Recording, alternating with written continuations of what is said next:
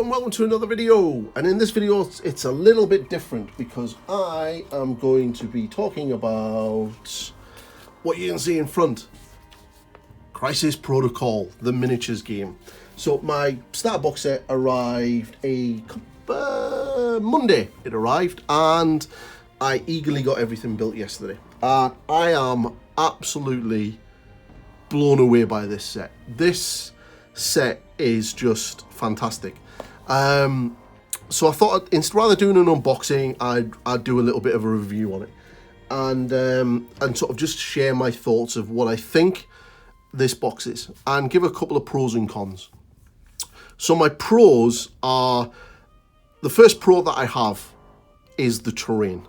Now this stuff here obviously comes in the set. You get the Daily Bugle, you get 2 bins, 2 cars, 2 sets of traffic lights, and a little bin. What I really like, and I've only just started reading the rules, is that all of the terrain is interactable. So there's no argument about what terrain is what, because underneath they've all been numbered. So this car is a size 2, I think the bin is a size 2, and the Daily Bugle is a size 3. Now they sell other terrain sets, which again I think is an absolute brilliant idea. This starter set, the fact that you come with 10 heroes, but the terrain that you get is great. So one of the main reasons why I got into the game, or want to get into the game, is I'm looking for a small scale skirmish game. And all of the heroes and the villains act as their own independent units. So you're model wise, you're essentially, you've got a small scale game because it's a low model count. And then you've got some really cool hobby projects in regards to the terrain. So that is, for me, win-win. Absolute win-win. I would say that my only cons in the whole thing is that the price, it's about 80 quid. Now, I got that at discount. So I got that online at discount, and I got it for like £81. That's pretty expensive for a starter set.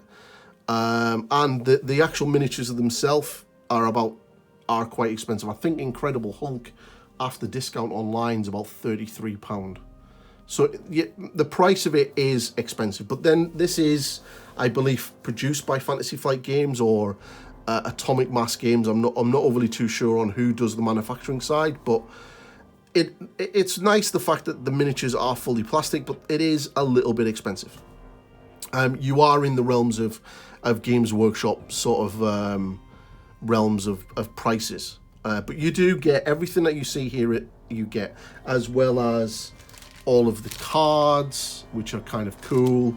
You get obviously the rule book, which obviously works out as an instruction manual as well. You get an absolute pile of tokens, so many tokens, and the cards you get as well. You get all of the sort of tactics cards that you can use, as well as some sort of deployment cards and the mission cards. Now, I believe that this here is your points. So if you play at that, that's your points. I imagine there's going to be different ones of these cards. Now, the ones that I do kind of like is this. So it actually tells you your affiliations of who's who. So if you want to play the Avengers, there's all the people that are in the Avengers, and then all the bad guys, they're there. And I believe that there's leaders come with these cards to sort of show their affiliate of their little groups. So like, so the Guardians of the Galaxy, and Thor with the Asgardians, and Thanos and his little motley crew. Which is really cool. I'm not really going to go into the rules because I'm still reading the book, but I am extremely impressed with how good the miniatures are. I mean, the quality of the plastics is great. Now, some of them were extremely fiddly to build. Now, like, so the Black Widow, her arm comes in 2 parts, and like Ultron, his upper thighs is 3 parts, and it was a pain to build. Doc Ock was actually quite easy. Spider-Man was quite easy. Now, one of the things as well that I sort of like taking me aback is the Red Skull. It comes with 2 cubes, but there's no difference in the 2 cubes. And Spider-Man come with 2 heads, but there's no difference in heads. So I'm not too sure what all that's about. And now the one big con that I will hit them for is, as an example, here is Ultron's instruction manual, right? Here's one of his thighs. Right, there are 6 parts like this because both thighs are the same.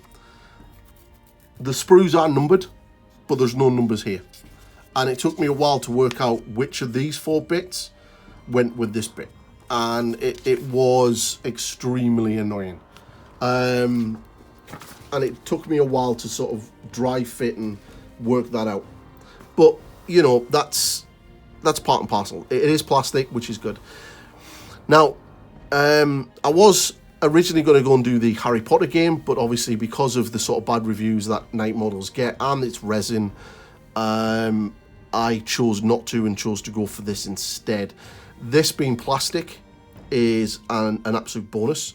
The bases look great. The terrain is, for me, what blows me away the most. I mean, these cars are so cool. I mean, how cool is that? Just like, it's just so cool. I really do like the system that each a piece of terrain is sized, and it's sized in game. So there's no, so obviously you're only going to run into a couple of issues if you use your custom terrain, but then obviously just work it out with your opponent at the start to work out what everything is, because there are rules for picking up and throwing things and hitting people with things and stuff like that. So I've now got it, and it's coming to the channel. But the question is, which of these fine heroes and villains do you want me to paint first? Now, there's obviously Captain America, which is, you know, iconic. There is Iron Man, Mr. Tony Stark. The Black Widow. Now, she is one of my bone of contentions in this set, because if you buy the Hawkeye set with Hawkeye and Black Widow, you get another completely different version of her. And that's kind of annoying because, like, she's here. If that was the case, then they could have easily replaced her with somebody else. Maybe like Nick Fury or, I don't know, Scarlet Witch. Captain Marvel, not a fan. But sure, if you like it, that's cool. Spider-Man, gotta love Spidey. And then we've got some bad guys. We've got the Red Skull. We've got, I have no idea who he is. Baron Nemo, apparently. I can't really remember him from the comics, but apparently he's something to do with Captain America.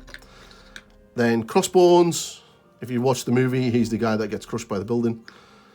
Ultron, the big bad, and probably one of the coolest miniatures, Doc Ock, as well as the terrain. So I'm going to let you guys decide who I paint first. So fire down in the comments who you want. Now, if my channel was at 1,000 subscribers, this is a nice little segue into heading over and subscribing if you haven't, and ringing that bell so you're notified when my videos go up. And also like this video and share it with your friends. Yes, that's a horrible drill noise because they're doing some work upstairs on the balconies outside. So I apologize for that noise. So I will, now that they're doing that, I will cut the video short quickly. So head over to the comment section and let me know on exactly who you want me to paint first for the tutorials. And I will be doing a lot of work with Scale 75 paints with these because I want a more matte finish on some of their clothing, and I want to use more satin GW type paints for things like the cube and skin tones. So thanks very much for watching the video. Please like and subscribe, and I will see you in the next one, and hopefully very soon the first Marvel Crisis Protocol by Atomic Mass Games painting tutorial. Catch you on the flip side, guys. Bye bye.